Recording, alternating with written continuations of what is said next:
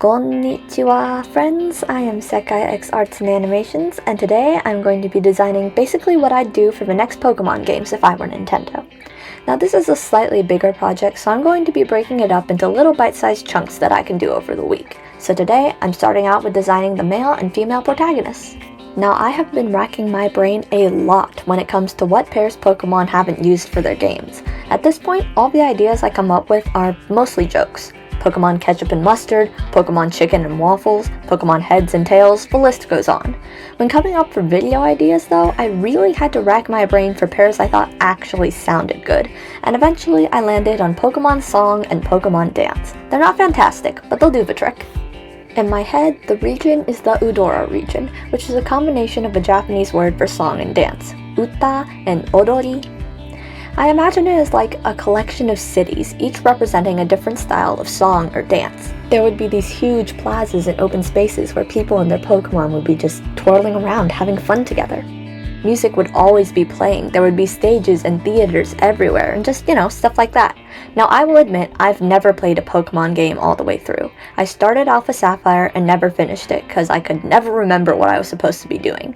As such, I don't have a super great idea of what Pokemon games are supposed to be like, so I'm just taking my best guess here. Sorry if I do anything wrong. For my female protagonist design, I wanted her to be a mix of pop idol music and ballet dancing. To accomplish this, I gave her a crop top with a high-waisted skirt and tights and 2 low buttons. I didn't want to go too hard with the design influences because usually the protagonists don't look too much like their game titles. It mostly just looks like the character designer was having fun. For the boy, my inspirations were hip-hop dancing and rock music. I gave him a little colorful vest and some cargo pants with rainbow paint splatters and orange pockets.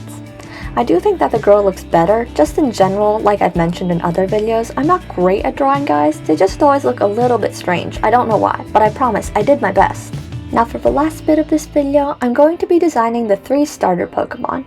Now again, I don't really draw Pokemon and I haven't played the games, I just collected the cards for a while and appreciate the franchise, so my Pokemon designs might not be the best, but I'll give it a crack. For every game, the starters are a grass type, a water type, and a fire type, so that's what I did here. Just in general, I did my best to incorporate their element and make them look distinctly their type. I did try to make them all pretty cute. Generally, what I noticed about starter Pokemon is that they begin really cute, have an awkward teenage phase, and then become really cool looking adults in their final evolution. I'm only going to draw their initial forms though, because that's what I feel like is most important. I did give them little mock Pokedex entries though. As a not super hardcore Pokemon fan, I wasn't really sure what made a Pokemon and what didn't make a Pokemon. So a lot of what I was doing here was just messing around and experimenting, trying to figure out what looked good. Let me know which starter you would pick if you were to start Pokemon Song or Pokemon Dance. So here are my protagonists standing next to all my little starters. Again, this was just part 1 to a project I'm going to be working on and posting videos for a little while. So I hope you enjoy and stick around for part 2. Anyways, thank you all so much for watching. Please consider liking and subscribing, and I will see you all in the next one.